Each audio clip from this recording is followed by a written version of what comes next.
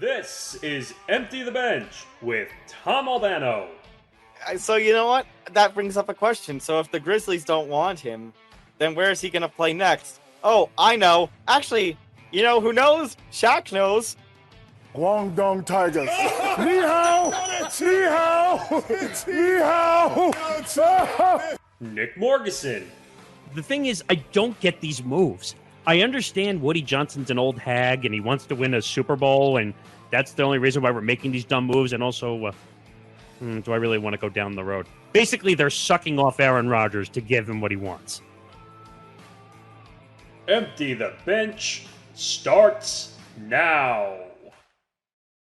CJ Stroud got an F. Crocker would have been going nuts on him. Cosmo would have, all the Fs would have come down from the ceiling, and you'd hear Cosmo say, the failure! Hey, for AJ.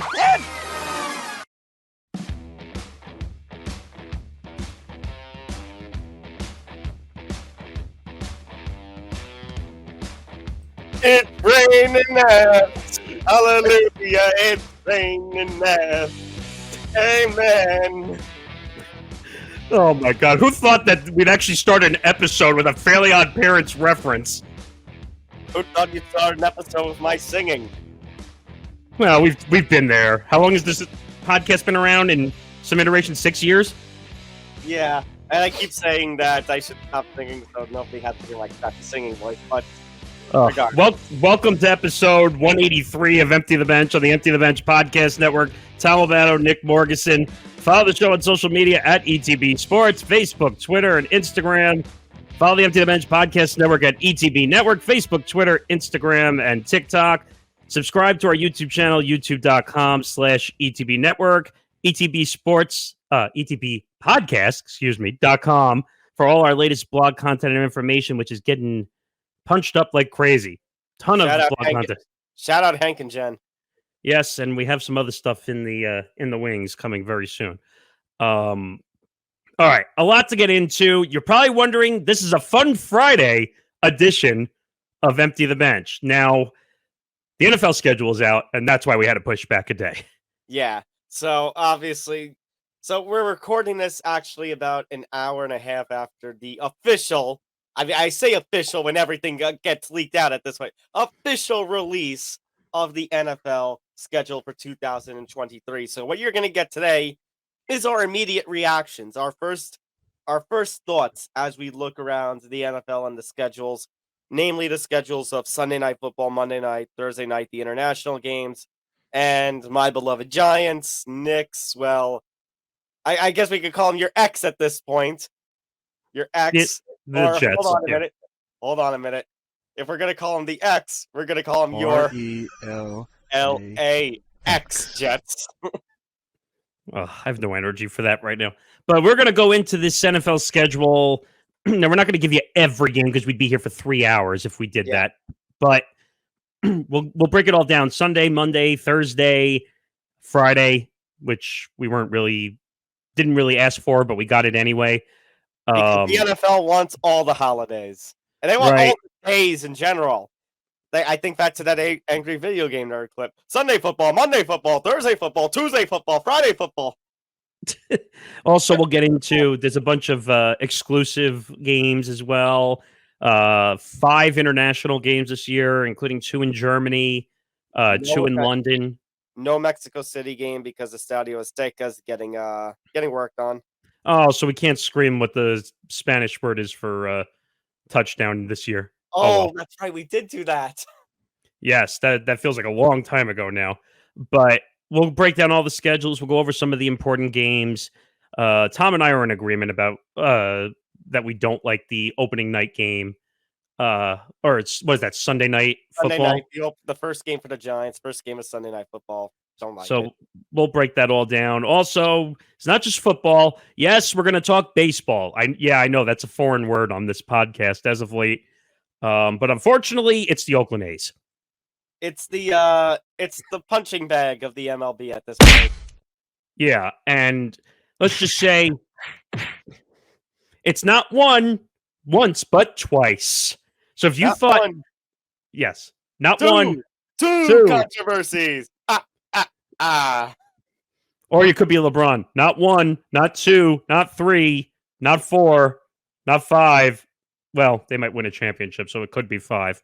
But we'll get into the A's. Also, we'll get into the NBA playoffs.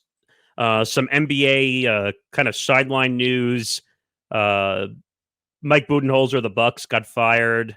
I talked about this on Game On earlier in the week, how I think that it's not his fault, but that seems to be a very typical thing in the world of sports. No, I was just gonna say. So, obviously, as of the time we're recording this, the second rounds of the NBA and NHL playoffs are still finishing up. So, next week we'll do some conference preview discussion. As of right now, we're just gonna do some, as you said, sideline stories revolving around the NBA and NHL playoffs. Typical.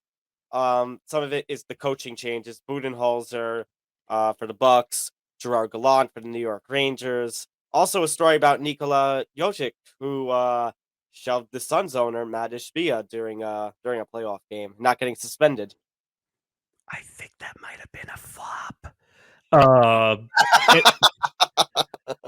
Anyway, also Bob Huggins, the West Virginia coach, said a no on the radio.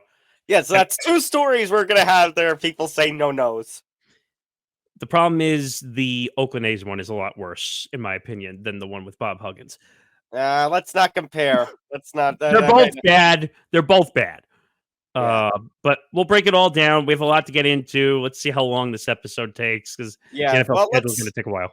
I was gonna say, but you know what? It's also the most fun story of this week. So let's start with the fun for once. Let's talk some fun. The NFL schedule is out. All the teams on the social media pages have released their little videos.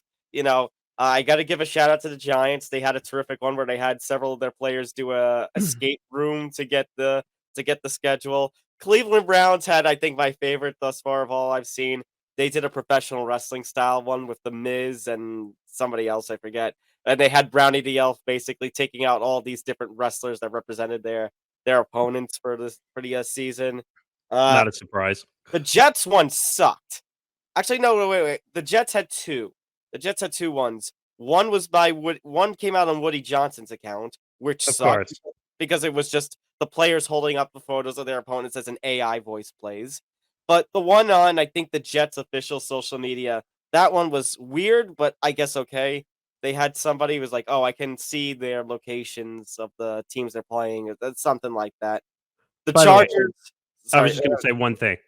For the Jets, I'm already counting 1, 2, 3, 4, 5, 6 primetime games. And the Giants are going to have 5, I think.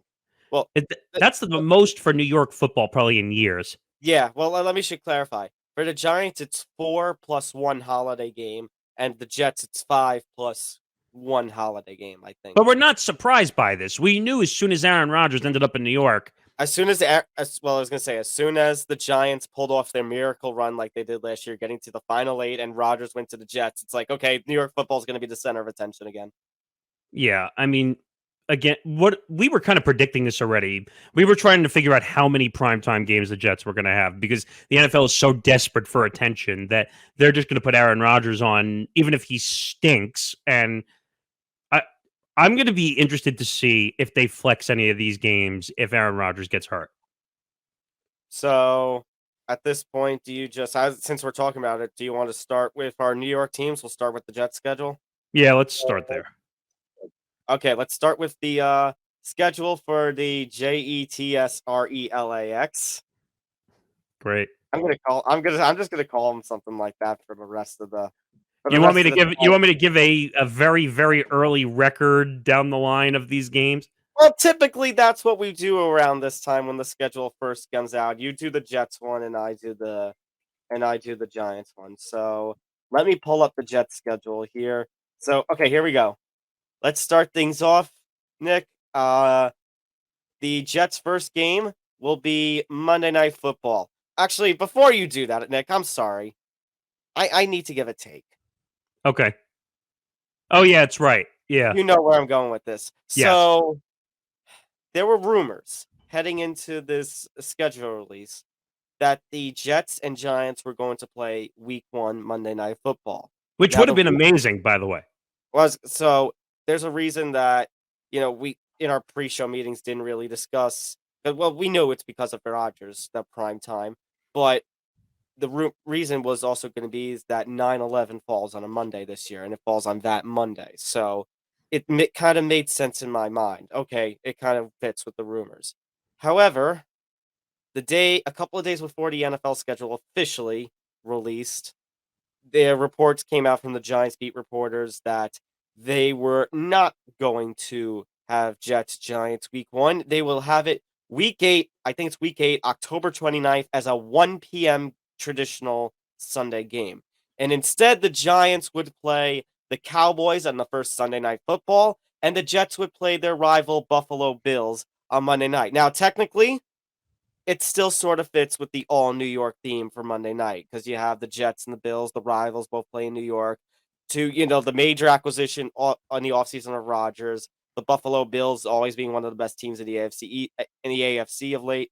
However, I can't help but be kind of bummed that the two New York City, I know they're both East Rutherford, but the two teams that represent New York City are going to not play each other on a time like this. I mean, heck, both their titles have New York in it, for crying out loud, and you're not putting both New York teams on September 11th, which is one of the most unfortunate memorable days in our lives.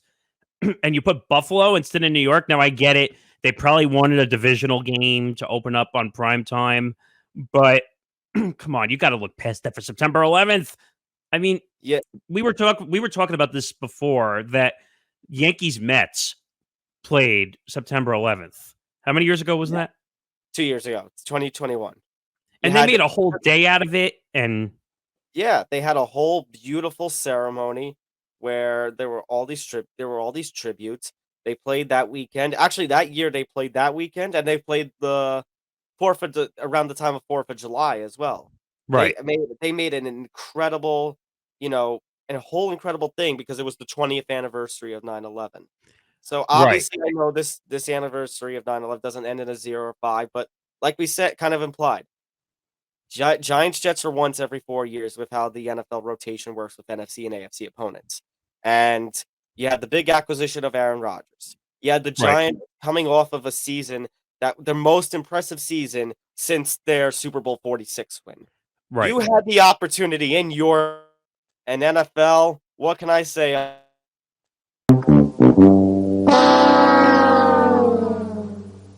You beat me to it. You blew it completely.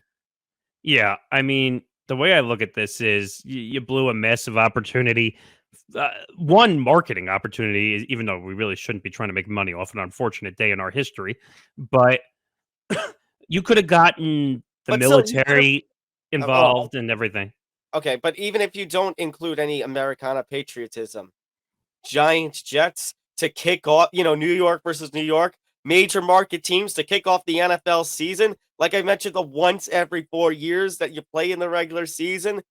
Aaron Rodgers, and yes, you're still gonna have Aaron Rodgers debut as a Jet for the Jets Bills games. You still have that, but come on, really?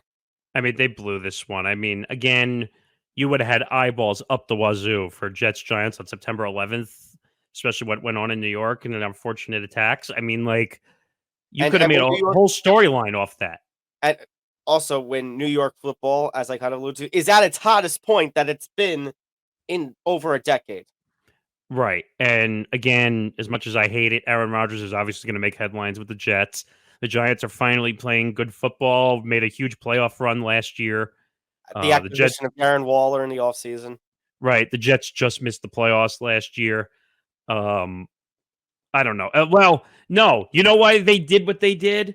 And just think about the Giants. How about them Cowboys? We need the Cowboys on opening. And I'm so tired of it. I don't have official. I should look up the Giants opening week games, opening week, history.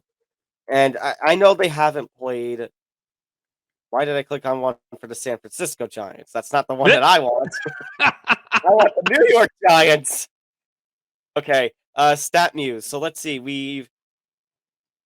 Okay, so Tennessee, the last few years, we did Tennessee, Denver, Pittsburgh, 22, 21, 20. So it's, we've gone on a run where we haven't played Dallas on week 1. But listen to this: 2019, Dallas. 2018 was Jacksonville. 2017, Dallas. 2016, Dallas. 2015, Dallas. You can't win. Detroit. 2013, Dallas. 2012, Dallas. Enough! I know, enough of Giants Dallas. It's enough. I mean, let's get some new teams in and show them off on opening night. And some people, certain fans out there, always say, "Well, it's because it's the Cowboys, and you guys know you're gonna lose." But can I be honest with you? What worth do the Dallas Cowboys have at this point? Maybe the Cowboys will beat the Giants on Sunday Night Football. Maybe. Who cares? They're not going to win and make a run, though. Well, I mean, when you have the defending NFC champions in the Philadelphia Eagles, if I wanted to watch the Giants get spanked on Sunday Night Football, at least let it be with an entertaining team like a Jalen Hurts, A.J. Brown combo that's coming off of a conference title and a near Super Bowl title. What do I want to watch? Dak Prescott and a team of, well, let's face it, Dallas Scrubs. I don't. What? Because you need to stroke. It's because Roger Goodell needs to stroke Jerry Jones's ego, right? Is that? Come on, Tom. I need my team. I need my team to win. Yeah, I guess you two shut the hell up, because you know what? Dak Prescott is going to lead the league in touchdowns, and we're going to go back to the Super Bowl. This is actually our year. People actually want to see the Dallas Cowboys and want to see them win. That is why we have this game. So shut up and take your ass whipping like a good boy. How about them Cowboys? Oh, man. Can you imagine if he actually saw this impression? Oh, man. You know what? The Cowboys are the Cowboys. They're obviously the most valuable franchise, but that doesn't mean they're the most important franchise. They might be valuable in terms of money. But who gives a shit? Not in terms of entertainment. Okay, you could have all the money in the world, but if you don't win anything, who cares? I mean, for everybody, it is all about the money, but I don't know. I would have rather have seen, like we both said, Giants, Jets, 9/11, big time, a lot of eyeballs. I think you would have had, I mean, going all the way back, maybe you have George Bush come out during that ceremony, maybe, because he was the one that kind of was around when the Yankee Mets game happened in that season. I was going to say, and as far as Sunday Night Football goes, I mean, even if you didn't do Giants Eagles, you could have at least done something with, you have the Chiefs kicking off the NFL kickoff on that Thursday night. You could have had the Eagles do the first Sunday night game with the kind of run that they had against somebody. Like, how are the Eagles not opening prime time? Well, like I said, that are you just referring to Thursday, or are you referring to just at all? Just they should be the opening game, period. Like a Chiefs-Eagles Super Bowl rematch? Yeah, you mean? I think that was the most valuable matchup, in my opinion. I think that game was so good, even though in the long run a penalty changed the game. Even though I think they got the call right, but you know what? But you know what? They're one of the Monday Night Football slots, and we'll get into the Monday Night Football schedule. And I don't think that's actually kind of bad. You got to give at least a credible game, somewhere in that, somewhere in those Monday and Thursdays. Well, now with ESPN finally getting into the rotation, so to speak, with Super Bowls, and you need important games on there. Well, we'll get into how they have ABC exclusive games on the Monday Night Football schedule. Also, let's do the Jets run through. Let's do the Jets Giants early run through. All right, ready? We'll start with the Jets. Week 1, Monday Night Football versus the Bills. So the Jets are home. See, I have to, even though I don't like Aaron Rodgers, I got to take it into account because obviously it's a way better quarterback than they had. Obviously the defenses are closer. I think just for week 1 only, because there's going to be huge hype, I think they somehow pull that game out. I just think, but it's week 1 and massive opponent, rival. The stadium's going to be on fire. I think they win week 1. Week 2, they travel to Oh, look who it is again. How about them Cowboys? I actually think they might win that game too. Actually, Nick, because what? I am begging them. Please, please beat the Cowboys. Please. I don't think the Cowboys are that good of a team, and I know all the Dallas fans are going to come out and throw tomatoes at us, but I don't think the Cowboys are a good team. Dak Prescott, who's been hurt and is overpaid and has no weapons. I mean, Zeke was not good, but he's gone too. And Zeke. I had Zeke. We're the best running back. No, you're not. Now he's gone. Week 3, back at home against the Pats. This is going to sound bad because I hate Aaron Rodgers, but I think they might beat the Pats. No, I do. I think the Pats. I'll give you an early hot take. I think the Pats finish bum last in the AFC East. I think they have the worst quarterback situation in that division right now. Yeah, worst quarterbacks. I think they have the worst team in that division right now. But we all know it's quarterback or bust in the league. I know. Yeah. But if you honestly, you look at the Jets defense and the weapons, say that Tua had, that you look at all the different elements of the different teams. I put New England, in the either third or fourth in almost all of the categories across this team. They're not going to be good this year. It's going to be a struggle, and New England fans are not used to that. Well, don't worry. Week 4, it's all going to come crash back down to reality because week 4, you're still at home, but you get to play the Chiefs, and that's on Sunday Night Football. Again, they shouldn't win it. They should not win it, but it's going to be closer with Aaron Rodgers. Yeah. It's going to keep them in it with a lot of games, but Patrick Mahomes is probably going to go into New York and annihilate the Jets. So that's going to be a loss. Hold on one sec. Okay, week 5. You ready for a bounce back?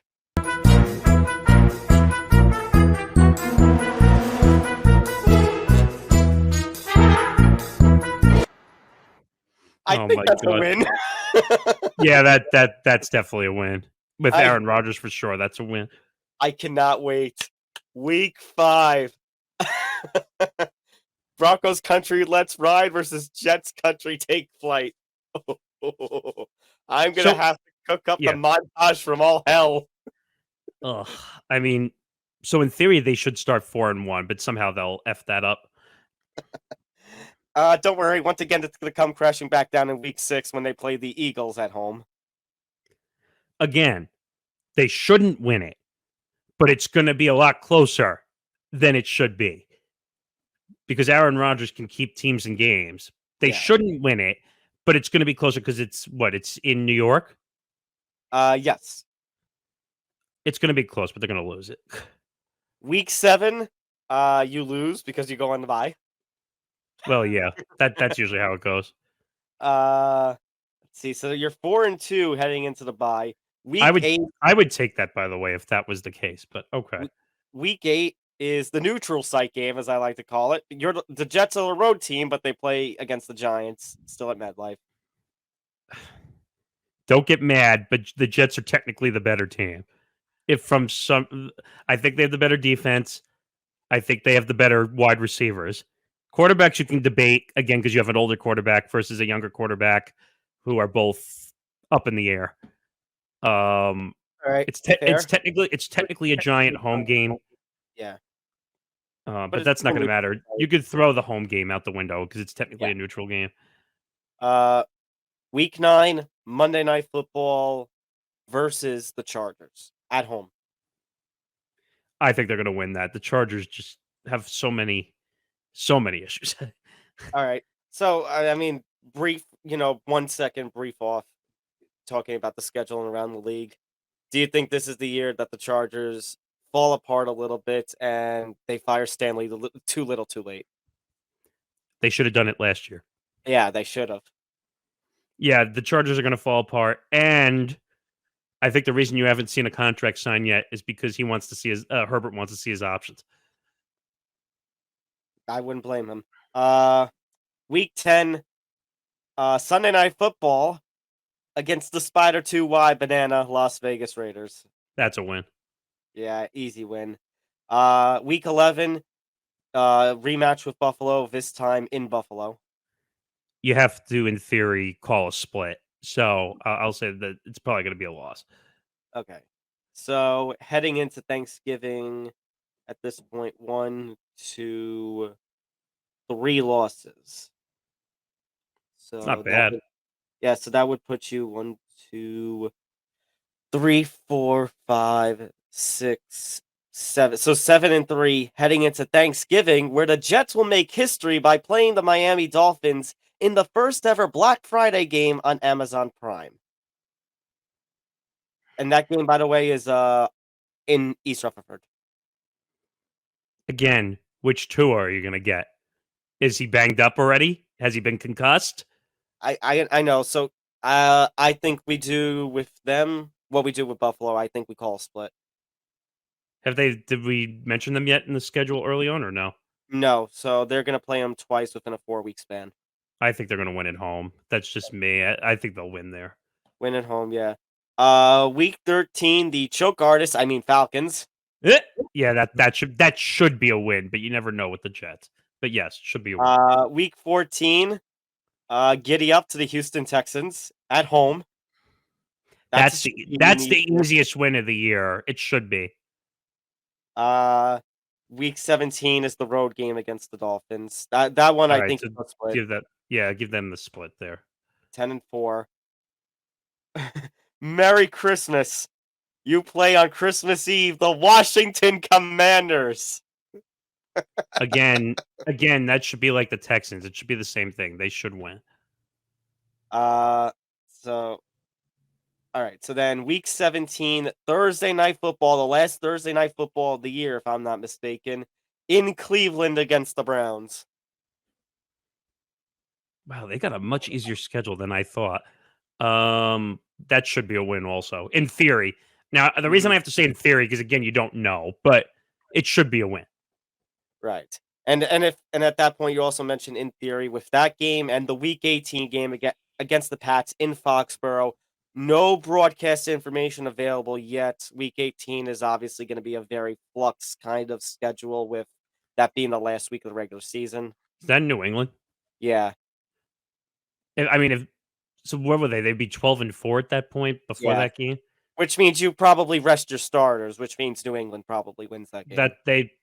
Depending on if they're fighting for a playoff spot, they're going to need the game more. So I would be okay if they went 12-5. I mean, that would be, first of all, if they go 12-5, I would do a cartwheel down this hallway, quite literally, if they went 12-5.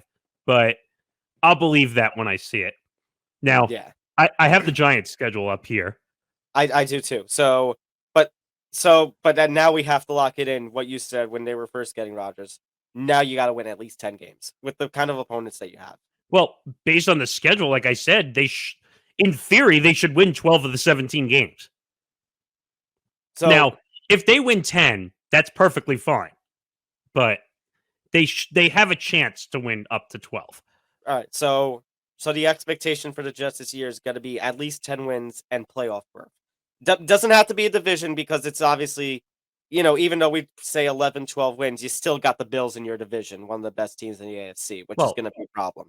If they win 10 or 11 games, they're probably going to win the division. But then you also got to look at the Bills schedule at that point, which I don't know if I want to do it right now. Let's go to the Giants.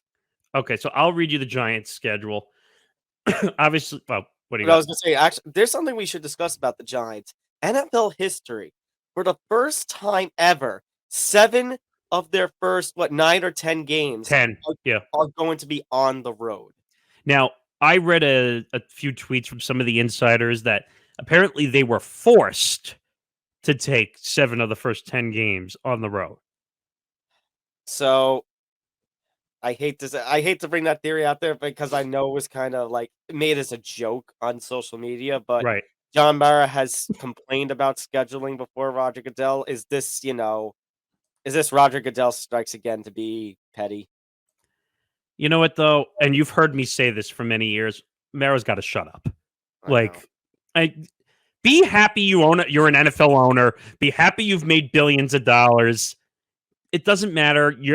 In theory, I actually think this is good because your second half of your season, most of your games are at home when you need them most.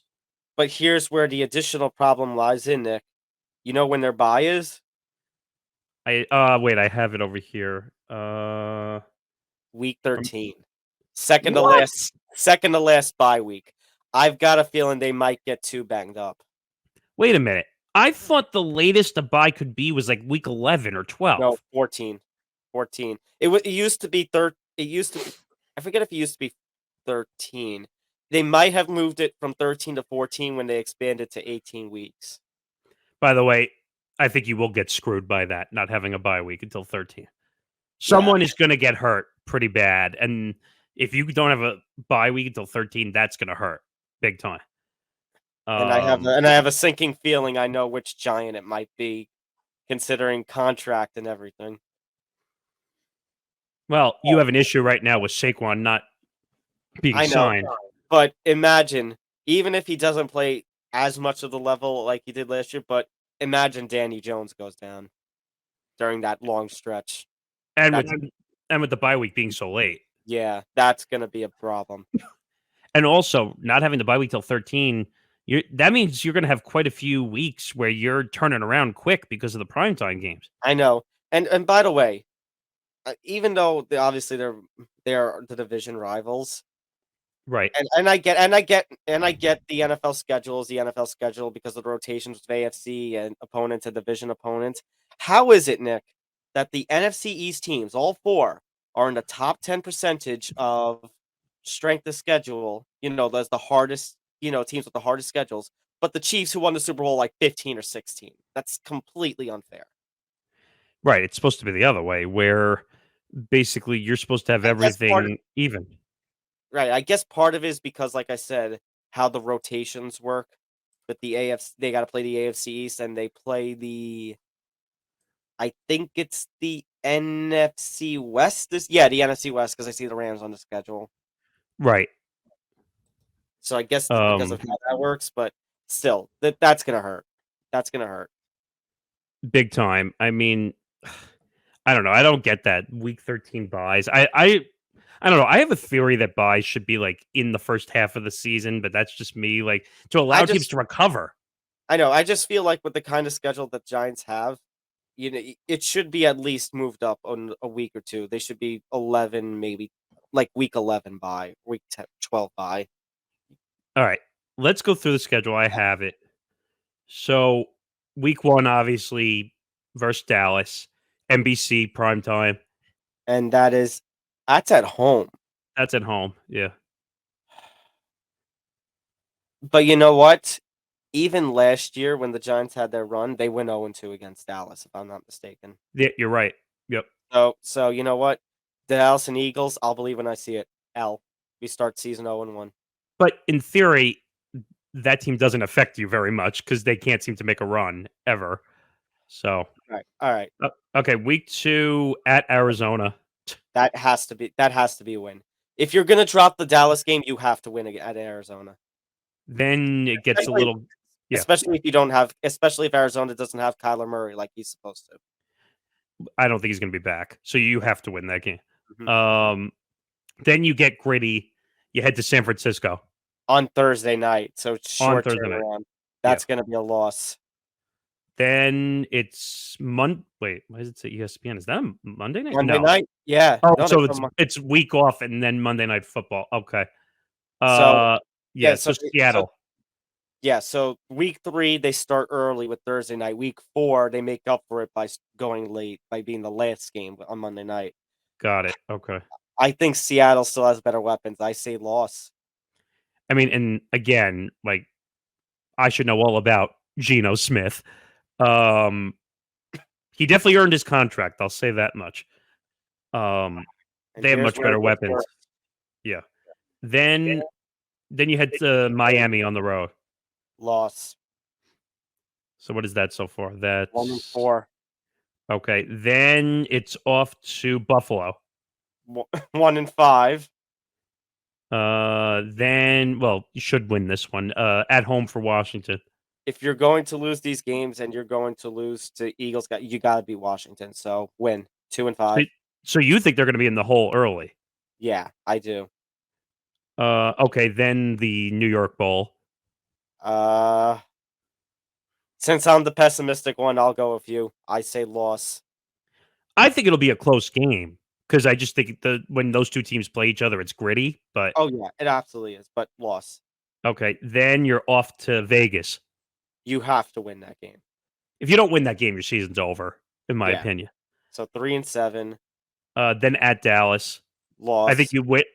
Oh, you think they're going to lose both? I think Okay. I'm going worst case scenario. So 3-8. So you're already going to be a 500 team. Okay, at Washington, That's got to be a win. I think you split with Washington. Okay, New England, at home. At home, win. If it's at home, if the restart, I'd say that's a win. I think you win that game at home because the Pats are beatable. Yeah. At home for Green Bay, I think you win that one. That should be a win. First, Jordan Love. I think you could Yeah. definitely beat Jordan Love. Then you go on the road to New New Orleans. Orleans. I don't like New Orleans, so that should be a win. So that's 5-9. Then But you're the at problem Philly. is, I was gonna say, but the problem is you end the season Philly, LA, Philly. So you're dropping both Philly games and you're maybe beating LA. So I have them going 6-11 and Ouch. missing the playoffs. I don't know. Would 6-11 have a wild card opportunity or no? Absolutely not. Not in that side, right? No. And So again, so wait a minute. You think they're going to take a step back? but I said after last season, because last season how the rotations worked with their opponents, they were playing like the AFC South and I forget which other. Oh, the NFC North, who have some weaker teams. I said, and they pulled off a couple of surprises, But now when you're playing the AFC East, which is going to be another tough division like the NFC East, I think that's the new toughest division, in my opinion. and you're playing the NFC West, which has tough teams like Seattle and San Fran.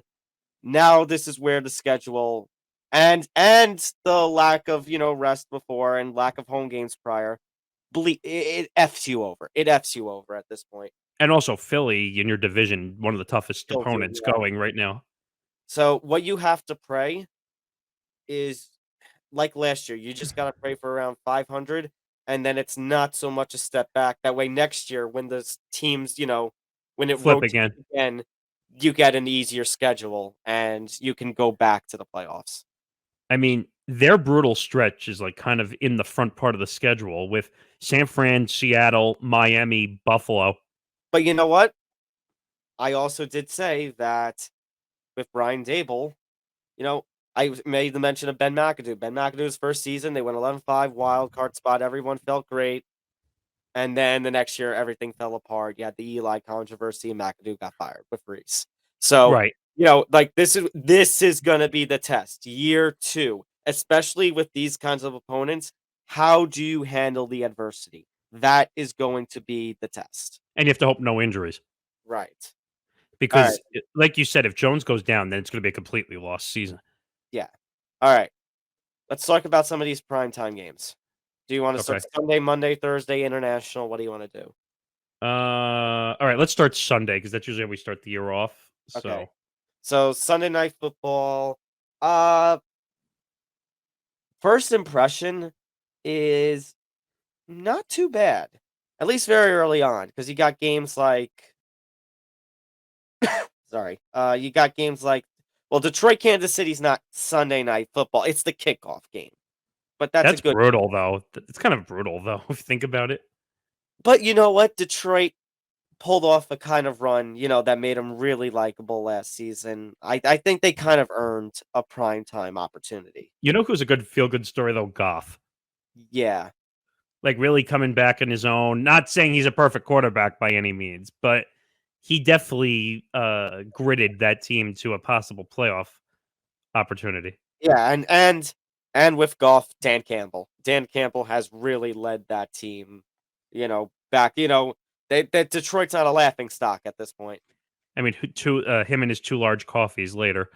But you know what? I kind of like the aggressive coaching. It keeps the guys in check to actually play hard. So I think it's actually good. Now, looking at some of the other games, obviously you have Cowboys, Giants. Bills, Giants, like we mentioned in week 6. That's an interesting one. I mean, Chiefs Jets again. I still think can be interesting depending on how it goes. Yeah, week 7, Dolphins, Eagles. That one's good. Ooh, I would even week say, 9, yeah, that's what I was just about to say. Yeah, Bills, Bengals, that's actually good. Allen and and why am I Burrow. forgetting? Burrow. Thank you. We did, Allen versus Burrow's good.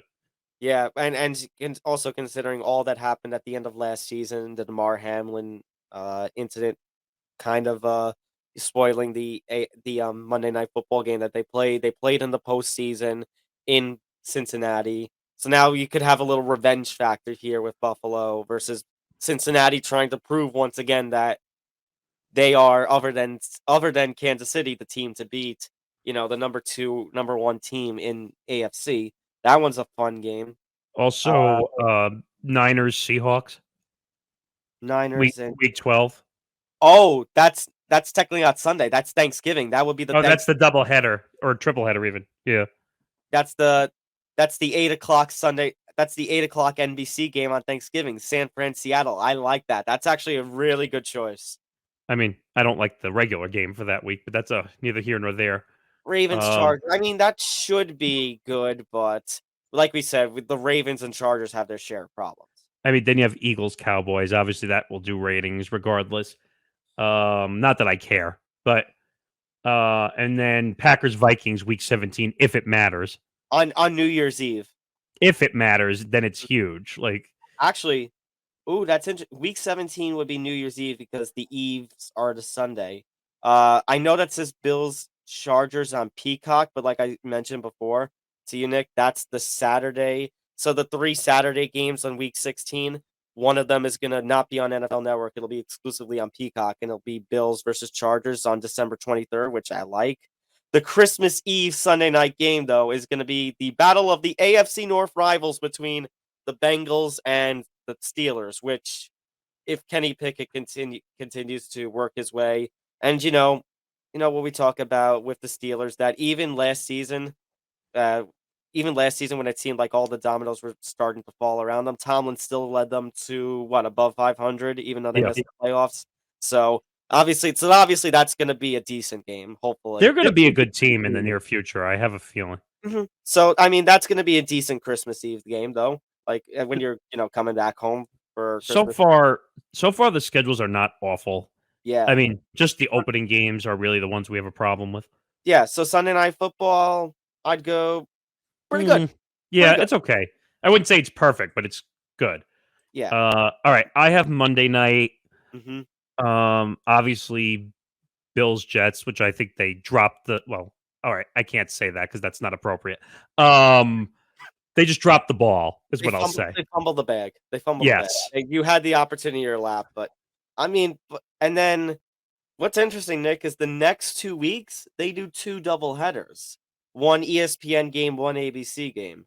See, what's interesting though, and this is more from when we get to the end of this schedule. What Yeah. happens if games have to be flexed, but they're ABC exclusive games? Does ABC say, kick rocks NFL, we paid for this? Or I don't know. I really don't know. And you know what's interesting to me, Nick?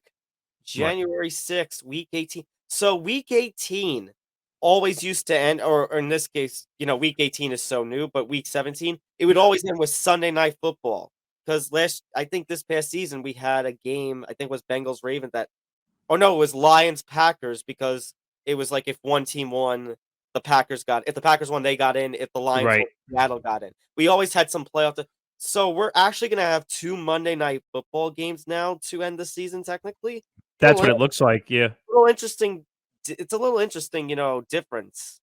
No, you know what it is partially? ESPN's finally kicked its ass in gear and finally got in the rotation of major games. Yeah. Finally. So now they kind of have to adjust the schedule because ESPN's owned Monday forever. So now it's going to be very interesting how the playoff picture is going to determine, because the playoff picture is going to determine which 2 games are going to be on the doubleheader. Right. I mean, but just quickly going through some of the games, I don't know. I mean, I wouldn't say these are great by any means. Maybe Bills, like we said, Bills Jets. Then you have the Super Bowl rematch the week before Thanksgiving. Yeah, the few days before Thanksgiving, that Monday, the Chiefs Eagles. I think that's the matchup of the Monday Night Football calendar year. Because everything else you could say bleh a little bit on everything else, pretty much. Seattle Giants. I mean, wait. San Fran, Minnesota. I like that. Yeah, I was just about to say that. Yeah. Maybe Baltimore, San Fran, depending on how the two are playing. That's the Christmas Day. So let me actually, you know what? Let me bring up the Christmas Day schedule. So, like last year, there's going to be 3 games on Christmas Day. You're going to have one, I think. Raiders Chiefs is the opening game. It's in order. Yeah. Raiders Chiefs is the opening game. I think that's NFL Network. Yeah, I think I can look that up, but yeah. Oh, wait.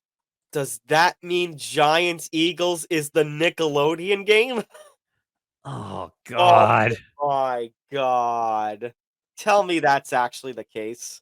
Celebrate. I don't know. I mean, I could look these up. Let me see if I could find. Let's see. So NFL Christmas games and schedule. Let's see. Well, unless there's no broadcast information available for them. Oh wait, no. 1 p.m. Raiders Chiefs is 1 p.m., but that's CBS Viacom. So Raiders Chiefs is going to be the Nickelodeon game. Ugh. Actually, I would have preferred Giants Eagles to be the Nickelodeon game then. Yeah, really. But I guess Nickelodeon wants the Patrick Mahomes experience. You know what's interesting though? So a lot of New York in prime time. So the Jets have 2 Mondays, the Giants have 2 Mondays. Mm-hmm. Dallas has 2 Mondays. Oh, that's the other thing we forgot to mention. Teams are now allowed to have multiple primetime games. Yep. I'd say not every team, not every team is going to be in the prime time slot. Like, I don't think Houston has any prime time games. No, not on Monday at least. Not on Monday. I don't see one for Thursday. I don't even see an international game for them. So they're just going to have a strict Sunday afternoon schedule. You know what? The Browns even have a Monday ABC exclusive game. Yeah. Yeah. Good. Now let's just show Deshaun off to everybody. Mm-hmm. Great. The point I was going to make, by the way, about the Monday is that normally Ravens 49ers would be the NFL Network exclusive, but as Christmas Day falls on a Monday, instead that goes to ESPN and ABC for Monday, the traditional Monday Night Football slot. Now, I think that changes based on the year. Like, so whoever's day falls on Christmas would get. Yeah. I don't know. Believe it or not, I think ABC and ESPN made out like bandits this year, way more than they used to. I agree, but you know what? I'm going to go thumbs middle for this one. I still think Sunday Night Football has the better schedule than Monday. Oh, Sunday has the better schedule, but ESPN is finally starting to catch up in the schedule game, finally. For sure. And again, that January 6th, Week 18 doubleheader to end the season really makes things a little interesting. Yeah, we'll see what happens. Thursday Night Football. We're not going to count, and they don't count, the NFL kickoff game on the Thursday with the Chiefs and Lions because that's NBC, obviously. So it all starts Week 2 with the Vikings and Eagles. I actually kind of like that. That's actually a nice, I wouldn't say solid, but a nice pick for a... I actually think that's good. Then you have the battle of New York and San Francisco, that's got to suck beyond NFL Prime. And then you go divisional with Lions, Packers. I actually don't think that's a bad game either. Like, yeah. Then week 5. But then the bleep hits the fan. Bears, Commanders, Broncos, Chiefs, Jaguars. Same as it ever was with Thursday night, it seems. Bucks, Bills. Bucks, Bills is okay, but now you lose the star power of Brady. Right, then you have Titans, Steelers. I mean, that's okay. My birthday is gonna have the Panthers and the Bears. Are you kidding me? And then you have the Black Friday game, the Dolphins and the Jets. Oh, you have Bengals, Ravens. That might be good. Ravens Week 11, November 16th. That's fun. I like that. Seahawks, Cowboys. You can't say that's terrible. It's manageable. Yeah. But then the season all comes crashing down week 17, the last Thursday night, when you have the Jets and Browns playing. Yeah, this one I would go down. Like Yeah, this was down. bad. All right. What do we have? International games? Let me just throw up the Thanksgiving games for this year. Oh yeah. Everything's going to start off, of course, with Detroit and the Lions at home. Their opponent this year will be the Packers. They're going to go with another divisional game. Cowboys will also play a divisional game for the afternoon slot. Will not be last year was against the Giants. This year it'll be the good old Washington Commie football team. That's going to be a terrible game. But 49ers Seahawks will save the day at night with probably an entertaining NFC West clash. And then the bonus Black Friday game, obviously. So that's going to be I think, in my opinion, that's probably the game that saves the whole weekend. Probably. International games. Jacksonville will become the first team in NFL history to play back-to-back weeks overseas. They're going to have week 1 Atlanta versus Atlanta at Wembley. And then week 5 on October 8th, they'll go to Tottenham to play the Buffalo Bills. Do they have a built-in week off after that? They have to. Both teams have to have a built-in week off after that. Probably, but I'm too lazy to go look through right now. No, but I'm saying is like back-to-back games in England. Yeah. Damn. Who's playing in Germany? Hold on. Week 6, the other Tottenham game is Ravens-Titans. Germany's games will be week 9, November 5th. Dolphins versus Chiefs.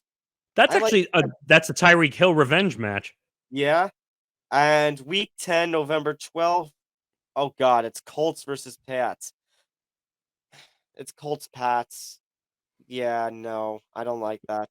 Wait a minute. Is that going to be Anthony Richardson in Germany? Anthony Richardson versus Mac Jones. Oh, God. Does that mean we're going to see Mark Sanchez and whoever the Fox 5th or 6th team that always calls all the games overseas? Maybe. Those guys got frequent flyer miles up the wazoo.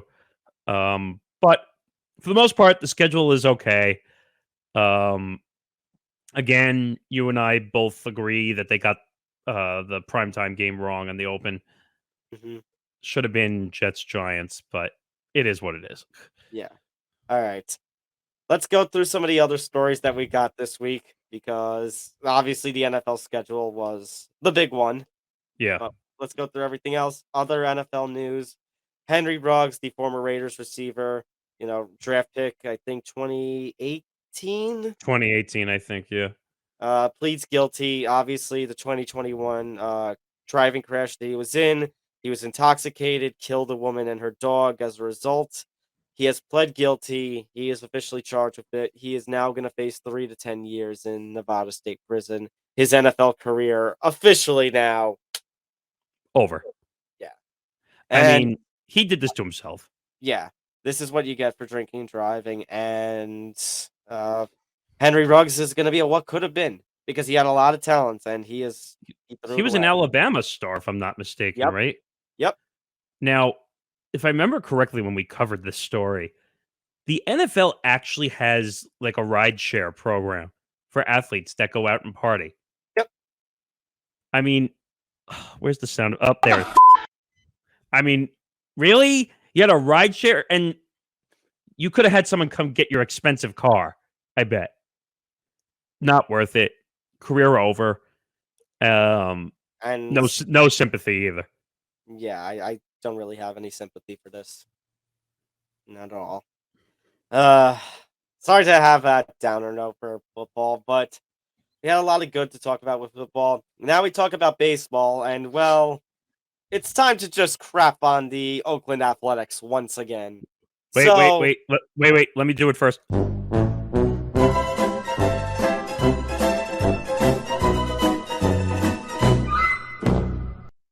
All right.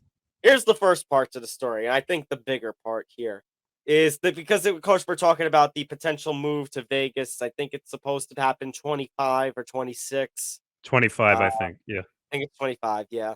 So the Oakland A's, about 3 to 4 weeks ago, came to an agreement with a what is it? Okay, so went to It an was a agreement land distributor in Las Vegas. Land distributor They agreed to purchase 49 acres of land near the Las Vegas Strip from the Red Rock Resorts. So there was a binding agreement there. However, supposedly they were able to pull out of said binding agreement and have now signed a new agreement with Bally's to build a $1.5 billion stadium that will seat 35,000 people, have a retractable roof, 9 acres of the 34-acre site located on the Las Vegas Strip. It would require the tearing down of the Tropicana Casino, one of the famous Rat Pack casinos. And Bally's, in addition, will construct a 1,500-room hotel and a casino across the way, separate from the ballpark. Yeah. I mean, what I don't understand about this, what you said a very important word here. Binding. How do you get out of a binding agreement? Was there maybe some sort of clause that they had or something? That's my guess. Wait a minute. What is this? Elon Musk with Twitter when he almost tried to get out and there was a parachute clause basically in the contract that if he walked away that he would have had to give $1 billion to Twitter to walk away? I mean, you had a deal that was binding. You somehow managed to magically disappear like Houdini. And now you made a deal with Bally's. And I'm sure, I'll say I'm not big into the Vegas scene, but I'm sure a tearing down of a place like the Tropicana is not going to sit well with certain people. Wait a minute. Isn't Bally's the one that's having the trouble with the TV stuff right now? Is that actually the same company? Because that's Bally Sports, I think. Right, but isn't that based off the casino? How ironic that would be if that was the case. Yeah, I don't know. No. Two different companies. Two different. Oh, are they? Okay. Yeah. But I don't know. This is a little shocking that they went from having empty land to now they're going to knock down. I've been to the Tropicana before. It's actually not a horrible casino and hotel, but now you're just randomly knocking down hotels. All right, we're just going to drop a stadium right here. My question is going to be, are the Red Rock or whoever's going to, whatever the original deal makers were, are they now going to sue Oakland? Sue the A's? Hell yeah, they're going to sue. You might not hear about it, but they had a massive, I think, over $1 billion agreement. How do you just sign it and then just go and just rip it up? Like, and maybe there's a clause we don't know about. I don't know, but I could very well see lawsuits up the kazoo if there was no sort of clause. You'd sue the A's. You would have to sue Rob Manfred, wouldn't you? I mean, technically, or is it because you're dealing with the A's and not Major League Baseball? Well, according to Rob Manfred, if it's not his stuff, then it's Major League Baseball. So, of course. Good old Rob Manfred, everybody. Well, part of this is his fault. Because sorry, not sorry, Oakland. Well, that was my favorite. I remember a couple of weeks ago where I was discussing, I don't know, I think you were off the week that we did that story, but where basically Rob came out and said, well, we're sorry to see them go, but they're going to do better. What? How long have they been in Oakland? I mean, like... But of course, I mean, I get it. Everyone wants to go to Vegas. All the sports people want to go to Vegas because now it's going to be the next sports capital of the world. But Rob, the horrifying practices that the Athletics and their owner are doing, you allow it to happen. Right. I don't know. I something tells me something fishy went on to get out of this deal, to get to this. I think it's because it's the A's that were really suspicious of this. But I'll tell you right now, and I was telling Hank this from Game On, that you're going to see one of the gambling companies be like the naming rights of the stadium. That's just my guess. Of course. Like you're going to see like DraftKings Stadium or FanDuel Stadium, and then they're going to exclusively put the sports book inside the stadium. Like, there's going to be so much money. It's not even funny. Mhm. But you had this part of the story. They're dealing with this. Then you go to part 2. And A's broadcaster Glen Kuiper, head play-by-play man on NBC Sports California, Yeah. calling the A's games, was talking about, now I'm going to be very careful and make sure I clarify this too, the Negro League Museum. Now, why am I saying it like that? Because the way that Glen Kuiper said it came out with the other, N-word. the hard one, the one you do not, under any circumstances, say. I mean, I don't care who you are. I don't care what person you are. I don't care what nationality you are. You do not say this word. I don't care. And he said it, and it went over the air, and now he is suspended. Something tells me he's going to get fired. I think eventually. I mean, we've seen incidents like this before. What was the last incident we saw? Oh, the guy from the Kings, Napier, who got let go. He didn't say that, I don't think, but he said some kind of slur, got him in trouble. We have another story, which we're going to get to a little bit later. This episode is, but I just Kuiper don't understand. Yeah, Number go ahead. one, I don't understand how you're not, how you confused, and I shouldn't say confused, but how you managed to miss up with those 2 words, they don't even sound the same. right? And I mean, number the two, only thing that makes sense between the two of them is that they start with the letter N. exactly. And number 2, on that note, Nick, what do we talk about the responsibilities of when you have? I nearly toppled my mic over when I did that. When you have this thing in front of you. Number 1, because we've seen these kinds of controversies before, always assume it's hot, and whatever you say over the air whatever you say on the mic is going to go over the air, even if you think the microphone is off. And number 2, that you are careful with the words that you say. Absolutely. I mean, again, I've worked in the radio business for about 5 years, and I've heard some horrible things while working at a political talk station. And I used to have to tell my host, you're sitting right by a microphone. Oh, it's not on. What happens if someone accidentally presses a button, the mic goes on? That's the end of you. That's the end of your career. Now, people were pointing out Dallas Brayton, who was sitting next to Kuiper on the broadcast. And he just kind of tilts his head a little bit. He had no idea. Well, if that were you or I, we'd be like, come again? What word did you just say? Like, I think that I don't think he knew what to do. I would be shocked if that happened to me. No, but I'm saying in the moment, you're like, wait, huh? What was that word you just said? I would just try to poker face at that point. Well, I think that's what he was partially trying to do. Like, again, people got mad at Brayton because he didn't like react or say anything. What do you want him to say? There's not much he can really say in the moment. And I'll be really honest with you.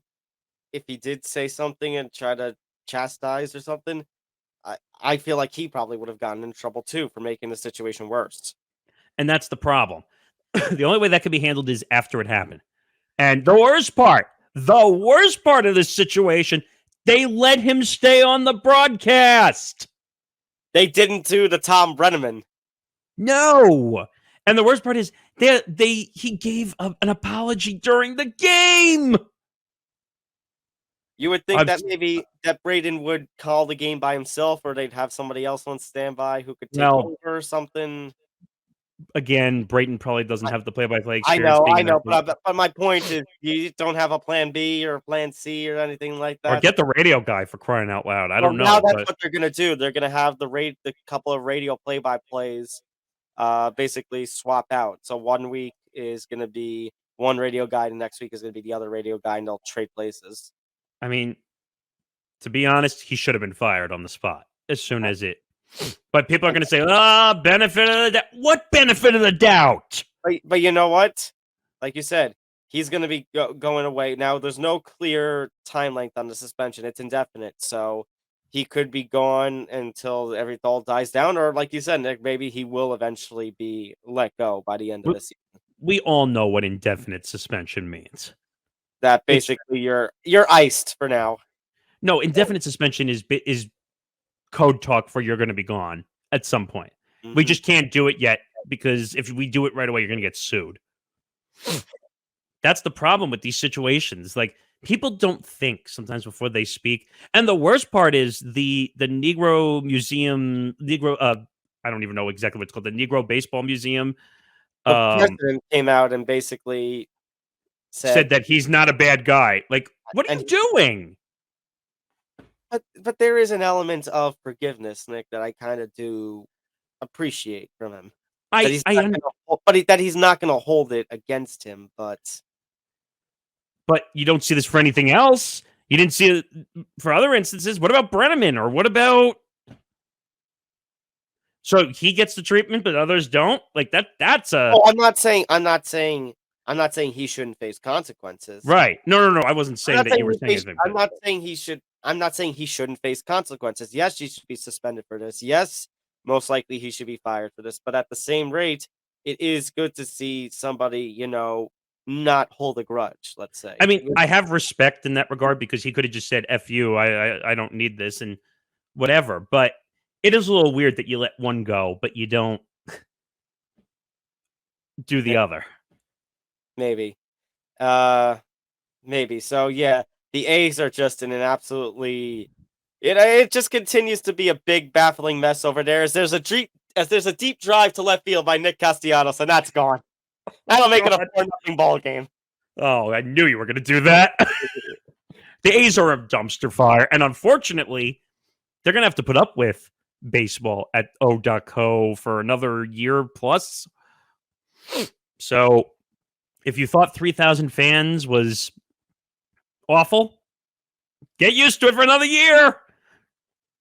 I have to say, you know what I think of the A's owner? You know what I think of the A's ownership is doing? Who was on crack? You know what? What? Oh, I can't. You know what? I can't make that joke. That'll be misconstrued. Okay, I'll leave that one alone. I'll tell you it after. I can't say that. Were you going to use a certain sound effect for it?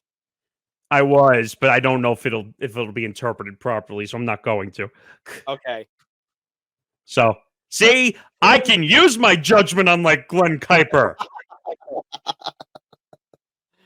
All right. We have a couple more stories to get to. Let's go to the NBA first. Obviously, with NBA and NHL, like I said, we're not going to do any second round recap or preview because the second round is still technically in progress. I know the series are close to finishing, but I think it'd be more appropriate next week when the conference finals are just going into game 2s and such by the time we start doing it. Do you have something to... Well, we can update because we already know by the time this airs, it's going to be a day off for this series. Boston won.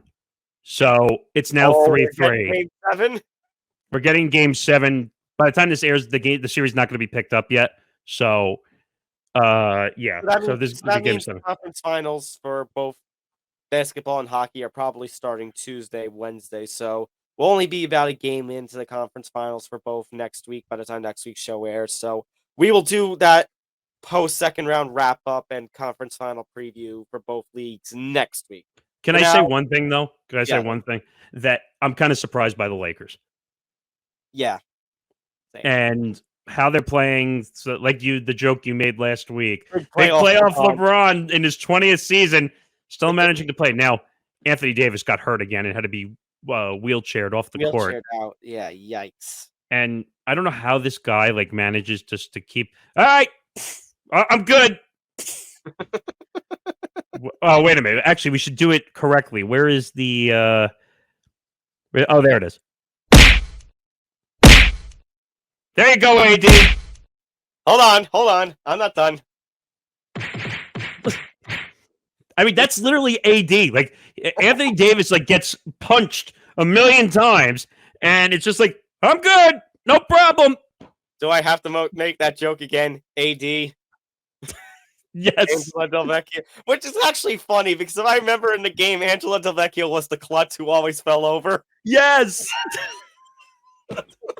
By the way, we're totally like aging ourselves right now. So if you don't get that reference, which backyard game was it again? Baseball. Was it- Well, it's not technically all the backyard games. Right, you're right. I played Backyard all of them sports. basically. Yeah, I played all of them. Oh my god. I feel like I'm gonna have to. I'm gonna have to pop in the game and just play through one game before I head to bed tonight. My favorite, I think, was, and now we're going on a tangent, but backyard basketball. That was my favorite. Yeah, I don't know. I don't know if anything can be baseball for me. You're right. Baseball was good, but I kind of, Baseball beat the classic. I just like chucking full court shots with, what was it? Kenny was the one in the wheelchair that could shoot Yeah. someone half full court and always score. Oh, my favorite is the I forget the name of the power up in that game, but it's like it's the dunk one with the donut. The dunk one. You could go from anywhere. You could go Full from anywhere. court and dunk. Half full You court just go dunk. flying, just go flying over the court. Okay, don't best mind our part- tangent. I know, and the best part is if you do it from like half court, if you do it from outside the paint, they'll still count as a 3, even though it's a dunk. Well, that could be a glitch for all we know. I don't know, but it is what it is. All right, let's talk some actual basketball. So, little bit of a controversial circumstance that happened in the playoffs. Nikola Jokic was fined, however, not suspended, after he got into a little run-in with a Suns owner, Mat Ishbia, during one of these playoff games. Yeah, about this, I mean, the NBA basically, and I can't find my sound effect again. This is the most sound effects I've used in quite a long time. All right, I'm sure I'll find it in a minute. Oh, there it is. This is what I think of the NBA foul situations with flagrant. Because so far, I think they've gotten it wrong each time. They got the Draymond situation wrong. I think I can't remember who was the player that he stepped on. From what was it, from Sacramento? Oh wait, you're talking about Draymond? Yeah, who he stepped on, and they gave him basically a flagrant 2 and kicked him out of the game. And I was like, well, he grabbed him by the ankle, so the only place he had to go was basically over him. Oh, DeMontis. Devontae Samontis or whatever his name is. Sabonis. Right, and they got that one wrong. They blew that one up. Then you have these few scuffle ups that happen, and then Jokic, who's over by the expensive seats, as I like to call it. There's a scuffle that happens, and Ishbia somehow ends up in the scuffle, and it looks like Jokic pushes, but I think Ishbia was flopping. So, and the league basically just went, what do you think? What do you think? Fake? Okay, good. Well, obviously, the look doesn't look good if a star player shoves down an owner, flop or not. But yeah, I mean, you kind of had the speculation of how, it might have been sort of floppish. So they decided to, and plus, you don't want to lose. Oh, I'm saying that like, that there are circumstances where you have to lose stars for the playoffs, but I guess they did not really want to lose Jokic over something like this, so they did. Well, yeah, they did. But Ishbia came out afterwards and said, I didn't even think it was that bad. Okay. So now, okay, good. So we're a players' league. Nick, you're surprised? No. Is this breaking news to you that it's a players' league? No, but first of all, how does that make any sense? Wouldn't you want to get him suspended so maybe he didn't play in another game?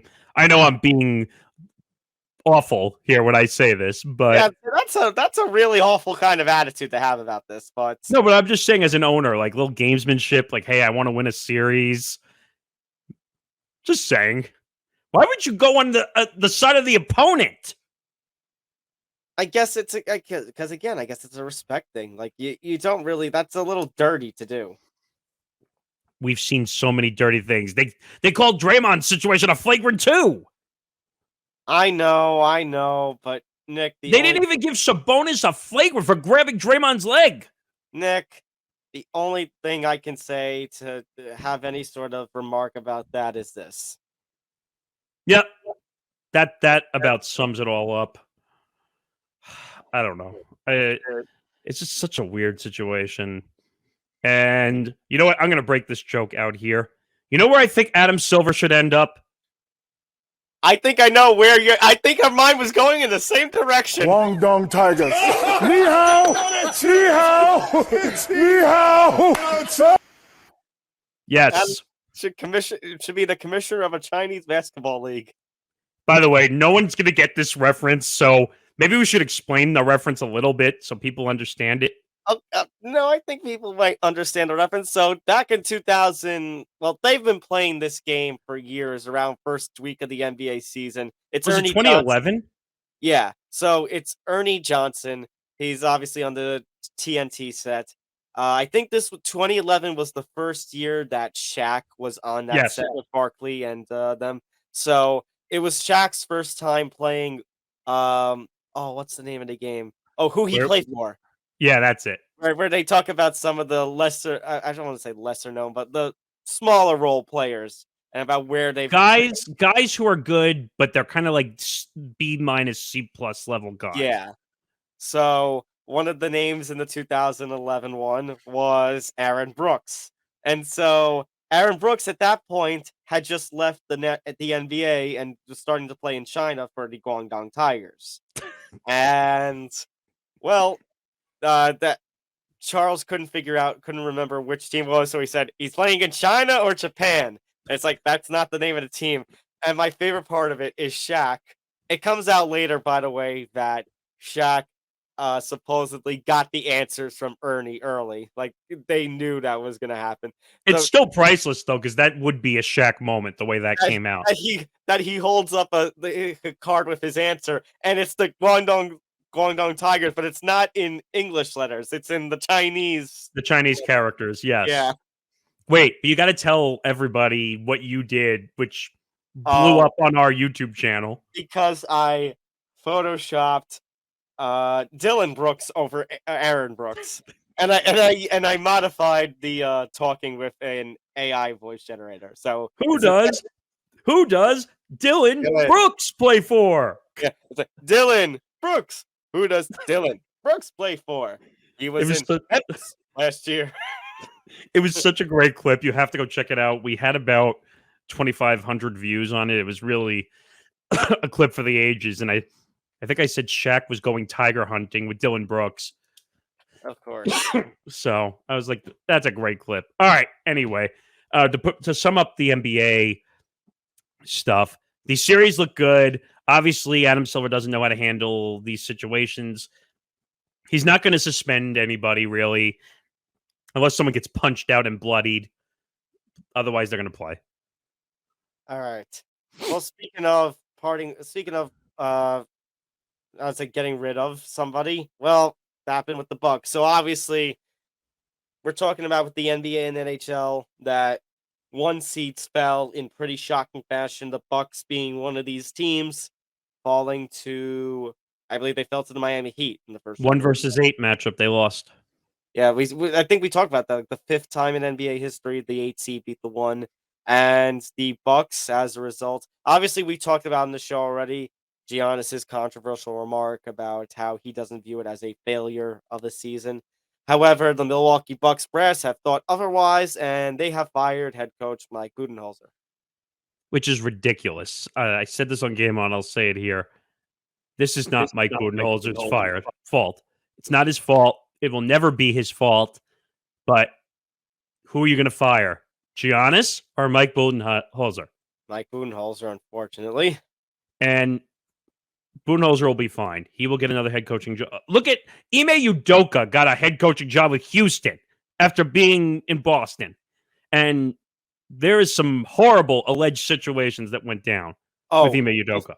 If by the start of the next season, Nick, Ime Udoka is a head coach and Mike Budenholzer isn't. Now listen, I am saying that Budenholzer should be a head coach, not an assistant coach.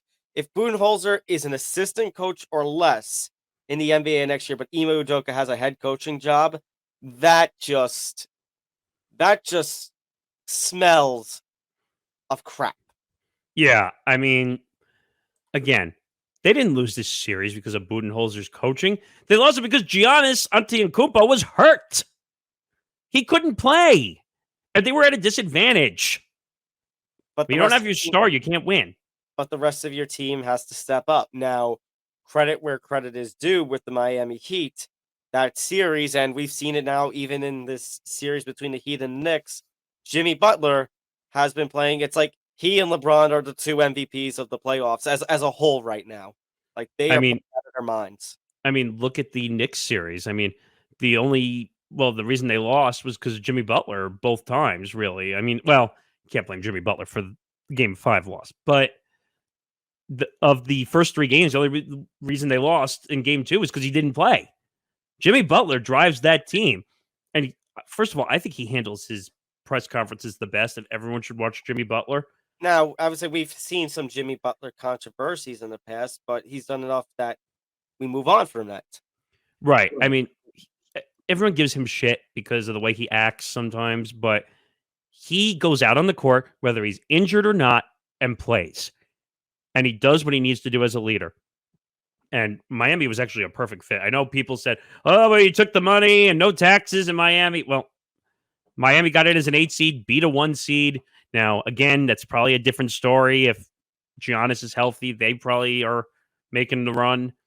But long story short, this is not Budenholzer's fault. This is ridiculous. Giannis was hurt. And now I think his contract is coming up at some point or another, too. Yeah, I don't know if it's this offseason, but it might be next. By the way, Knicks fans, I'm talking to you right now. Get that rumor out of your head right now. It's not happening. It will never happen. But, Nick, you know James Dolan's going to try. It's never going to happen. I rarely say this. There's a 0% chance that Giannis ends up in New York. So, if Giannis one day ends up in New York, do we have to do what we did with Max Scherzer that one time and do it It's Always Sunny in Philadelphia style intro?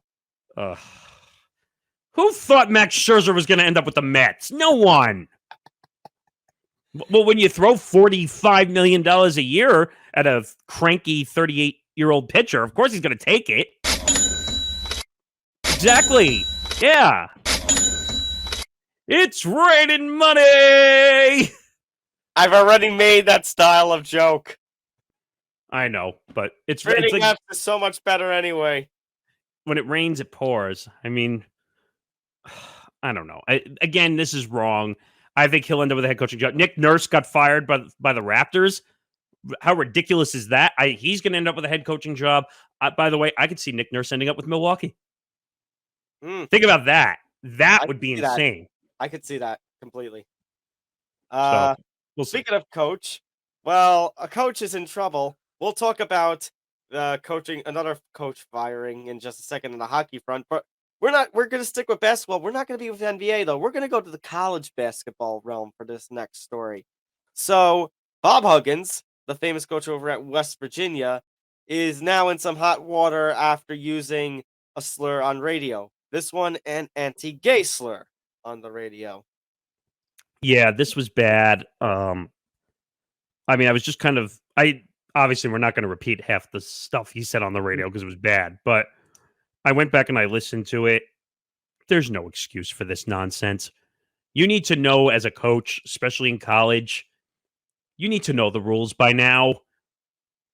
Seriously. Nick, we said it when we were talking about the Glen Kuiper story, and I'll say it again. Watch what you say on the air. Well, that again, this should be obvious. I shouldn't have to say that. I shouldn't have to. Yeah, you shouldn't have to. I guess someone with his name and accolade, I mean, like, he should know the rules, especially in college. Now, I'm not condoning any of this behavior whatsoever, but maybe on the professional levels, maybe things are not the same, and that's unfortunate because in the real world, people get away with shit.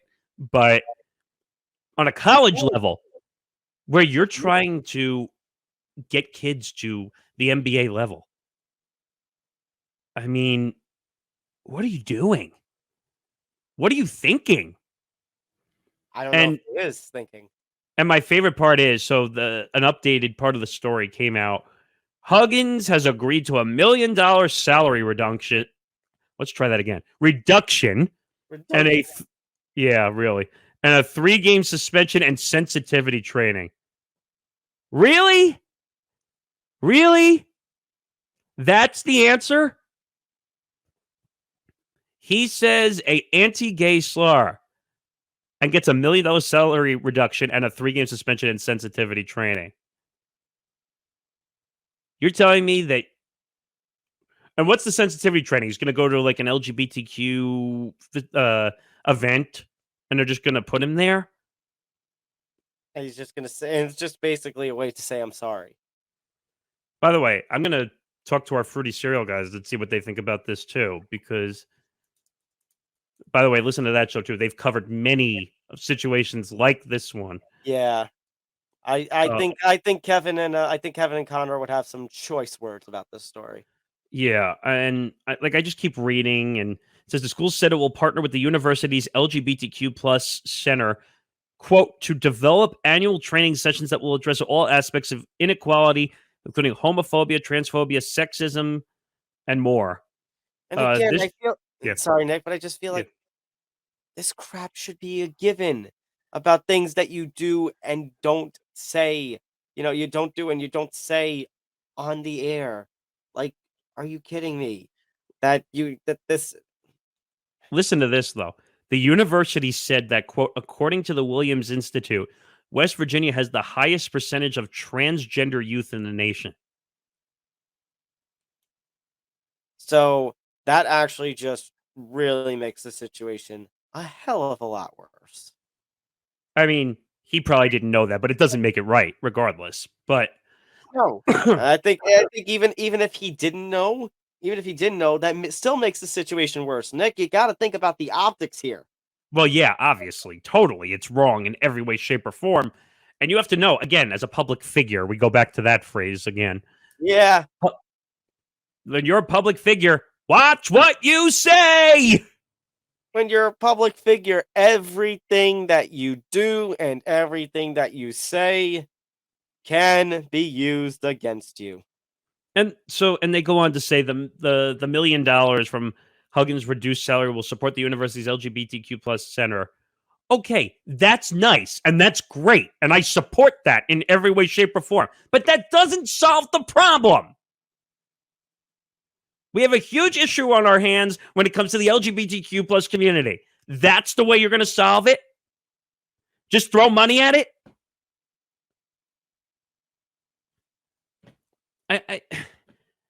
My aunt and my uncle are both part of the LGBTQ plus community. I guarantee you they would not find this too thrilling, to be quite honest. No. I mean, again, this is, two different sides of it, but we talked about already one story where a slur gets thrown and that person gets suspended and is probably going to end up fired. And now here it's just, oh, hey, we're going to give all this money. He's only going to be suspended for a few 3 games. 3 games. 3 games is not enough.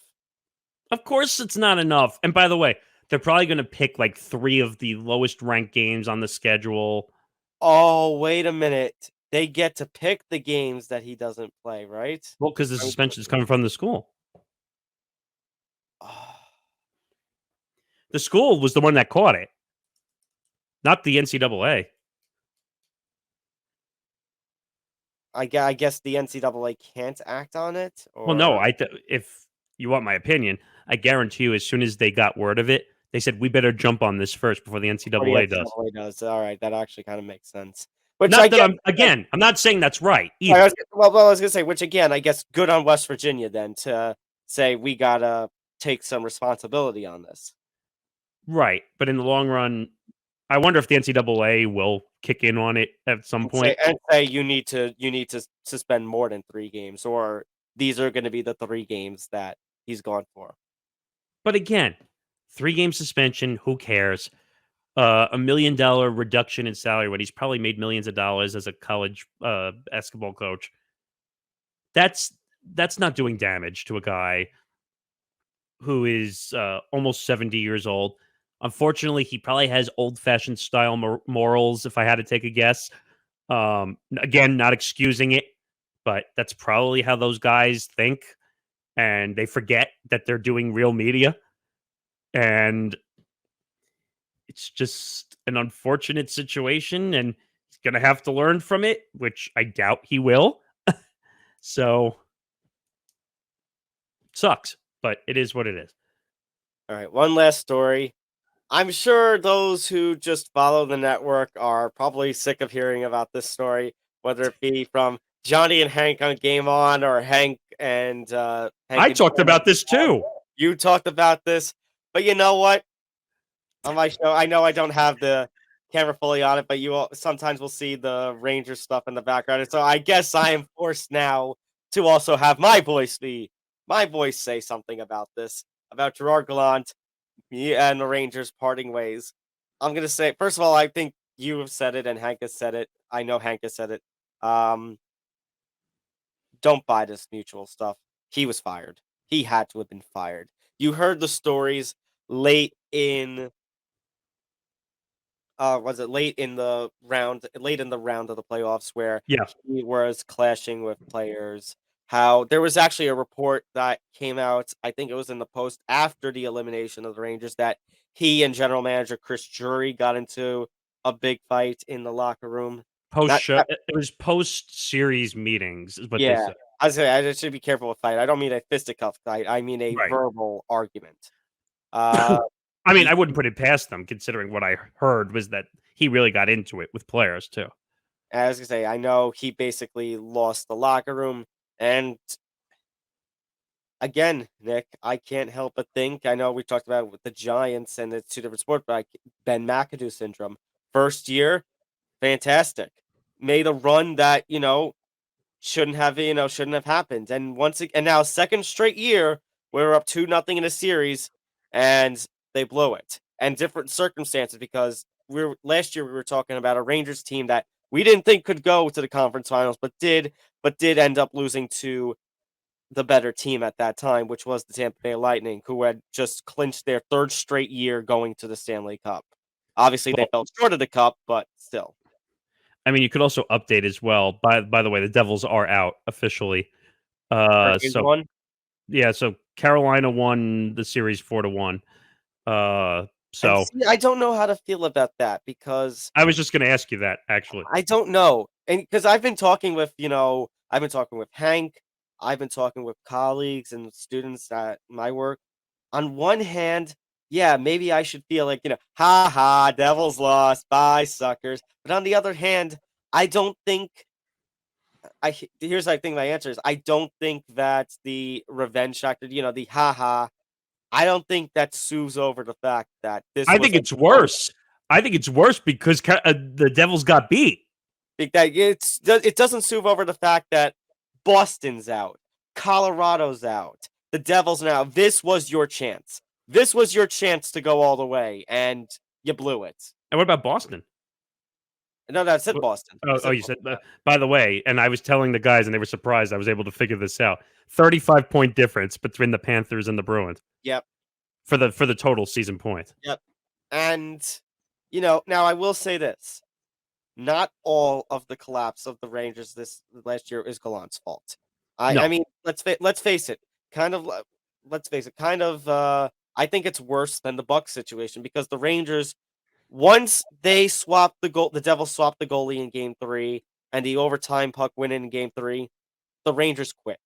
Like that says, don't give. I think I even mocked that the episode after they came out. I said, "No quit in New York." No, that's BS. You quit. It was almost a momentum changer in a sense. Right. Now, Gallant did screw up.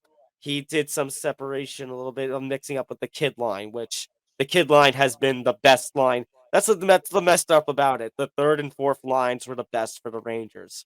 Mika Zibanejad, where was he? And there was. What about Patrick Kane? Patrick Kane, who I think actually, you know what? I wouldn't even say Drury is a complete innocent angel in all this because I think that Also, hot take. That Patrick Kane deal will go down as one of the worst deals in New York Rangers history. By the way, he had as many goals as you and I. Yeah. And I mean, during the season, he had a couple of goals, but the thing is, in the playoffs, 0 goals. And I think his acquisition, for as hyped as I was about it, he ruined the chemistry. The chemistry, things just did not seem to click ever since his arrival. Now, I wonder, are they going to make a splash? We all know it's a James Dolan-owned team. Here's what I think. I don't think you can bring back Kane, especially if you're not going to bring back Tarasenko. You can't bring Kane Oh, back. no, I meant from the coaching standpoint, because they were talking about, I forgot what Hank and Jen were saying. They were talking about a guy that they're waiting to get reinstated who used to be the Chicago coach. Joel Quenneville. Yeah. So, update in Hank's blog that went up this morning, or yesterday morning, I should say. Supposedly he is not in on the coaching search. Okay, so then he's out. Okay. And as a Rangers fan, I honestly would be disgusted if he was the head coach after the all that bullying happened with situation. Chicago. Yeah, Yeah. exactly. I mean, there was a few names that Hank Actually, I could pull up Hank's blog right now, and because he named a few names. He named a few names, so who could be the replacement? I'm trying to think what Johnny and I talked about. Oh, well, Torts was one of the names that was thrown around, but I doubt that'll happen again. I was going to say, the only reason I could see it is because basically somebody to light a fire under the team. I mean, he definitely did that when he was in New York, for sure. Yeah, but again, you talk about coming off of a coach that clashed with players. You don't want to move to another coach who has sometimes clashed with players. I don't think you can do that. I know Chris Knobloch, who was the head coach of the Wolfpack, the Hartford Wolf, the AHL, the minor league team of the Rangers, who actually had a pretty good run this year. Talk about maybe him getting moved up. I mean, I just threw out a wild name from the New York side. What about Trotz? I don't know. Because I know he was the Islanders coach, right? Yeah, well, he was the Washington coach for a long time. And then he came here to Long Island to head the Islanders position. Yeah. I was gonna say, where is he right now? Trotz? Yeah. Oh, he's Isn't he unemployed right now? So right now, but technically he has a contract to become the general manager of the Nashville Predators. Oh, I didn't even know that. Okay, so I guess that's out. Yeah. They've talked about Mike Sullivan, who's a bit of a long shot. That he was the Penguins coach who just got let go. I mean, that would be interesting after all the success the Penguins had. I know it came to an end this year by missing the playoffs, but maybe, that would be somebody a little interesting. Bruce Bordeaux is another interesting kind of name. I don't know. This is one I got to really think about. Yep. I mean, but like I said, I feel like I could see Dolan making a splash. I think we should focus more on our roster at this point than. But I mean, it's kind of ironic though. When we were kind of looking at the situations of the Knicks and the Rangers. Look at James Dolan and the interesting hires he makes in the GM positions. Yeah. I mean, you had Phil Jackson. You had Phil Jackson as a GM. Who was former player coach. I know, but my point was going to be that, especially after what happened last season, the run that shouldn't have been, and now the collapse of kind of this season, I'm a little scared. It makes me kind of wonder that, because if you remember, prior to 21-22, they fired Davidson, they brought Drury in and such, and they basically went for it. I'm wondering, did they go for it a little too early? Well, that's the interesting part. I thought I heard Johnny and Hank saying they're afraid the run could end soon with the Rangers. That they may have, they had what's his name, and they were the young developing team. They missed the playoffs for a couple of years, other than the COVID season where they got swept out. But they're saying Rangers fans are getting frustrated because they thought they were going to make a run possibly to a cup, and it hasn't happened. David Quinn, yeah, and the head coach was David Quinn. Because they obviously were still the building, young, developing team. And then they said, we're going to go for it. And like you said, but because they go for it, now does the window close a little too early? And then you got to restart again when they could have had another year or two to develop. That's my question at this point. See, what I find interesting, and I would say this to the guys about hockey, I feel like in any other sport, like the NBA, the NFL, you have your heavy hitters every year. The NHL, I don't consider heavy hitters. I feel like The anyone NHL, I could think, win. I think I know where you go. The NHL has the most parity of the 4 sports leagues. Basically, like you wouldn't be surprised if any team made a run in the NHL playoffs. Any other sport, like you have heavy hitters, you know who's gonna. You have to have the power and the stars. NHL, it's not like that. I mean, you have to have your stars, but yes, but I just feel like it's different. Look, Boston was out by the Panthers in the first round. I mean, Colorado, the defending champion, is out. yeah, first round. And people are saying that they want Kraken Golden Knights, battle of the expansion teams. I still do. I think that'd be great, actually. But I don't know. That's why I'm finally getting into the NHL finally a little bit, because I feel like there's not as much of overdose of who's going to win and who's not. That's funny. You're finally getting a little bit more into the NHL. I'm finally getting a little bit more into the NBA. It's kind of working. By the way, speaking of other series, there is a massive blowout as we speak. Oh, God. What is it? Going on, and it looks like Denver is going to pull this series away already in the first half. As we speak, there is almost a 30-point lead in the second quarter by Denver. The CP3 curse continues. He didn't even play. He didn't even play. So, exactly. Well, I guess all the hype of the Suns winning a championship is over. And you get to laugh at Kevin Durant. Oh, of course I'm going to laugh at Kevin Durant. You're going to see me next week, like on a pedestal, like yelling from the mountaintops that KD can't win. You suck. I mean, you know what? Hey, KD, you know where we should send you? Guangdong Tigers. Ni hao! Ni hao! Ni hao! And you can look, Nick, at the postseason history of the Suns, and all you can Look at all the failure. Yeah, you can thank Chris Paul for that, you know. All right. An hour 40. It didn't feel like an hour 40 this week, even though it's an hour 40. It didn't. It felt pretty quick. Well, by the way, the NFL scheduling took almost an hour. I know. But you know what? Really... You know what, though? The NFL scheduling is important, so we have to take time and break it down. I had fun with this week. No, like, that was good. I love getting to the NFL scheduling every year, because that means the NFL is, again, don't want to wish the summer away. Don't want to wish the summer away. Good. No, I'd rather have the summer, to be quite honest with you. Yeah. But it is what it is. Oh, and I forgot to mention one more thing. Ryan Reynolds' bid for the Senators is out now. Oh, really? All right. So that leaves it to the Snoop Dogg. Yeah, to the D-O-double-G. Could be owning the Senators. But anyway, that's going to do it for this episode 183 of Empty the Bench. Make sure you follow us on social media at ETB Sports, Facebook, Twitter, and Instagram. Follow him at Thomas J. Albano. I'm at N Morgasen Radio. Follow the network at ETB Network, Facebook, Twitter, Instagram, and TikTok. Follow and subscribe on YouTube, youtube.com/ETB Network. Also, if you don't want to watch the ugly video of us, make sure you go on our audio-only platforms, Acast, iHeart, Spotify, Stitcher, Google Podcasts, anything. Basically, anywhere there is an audio version of this podcast, you can find it.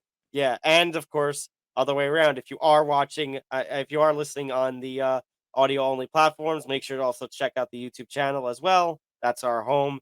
And don't forget to go to etvpodcast.com for more information about the network and the blog posts that just keep getting pumped out. Again, shout out Hank and Jen. And by the way, we will have a show announcement hopefully soon in about a week or two. Let's just say I think I'm going to like this one. Good. Good. All right. I'm Tom Albano. That's Nick Morgasen. We'll see you next week on Empty the Bench. Take care, everyone. Good night, everybody. We'll see you next week. Back to Thursdays next week. Yes, back to Thursday.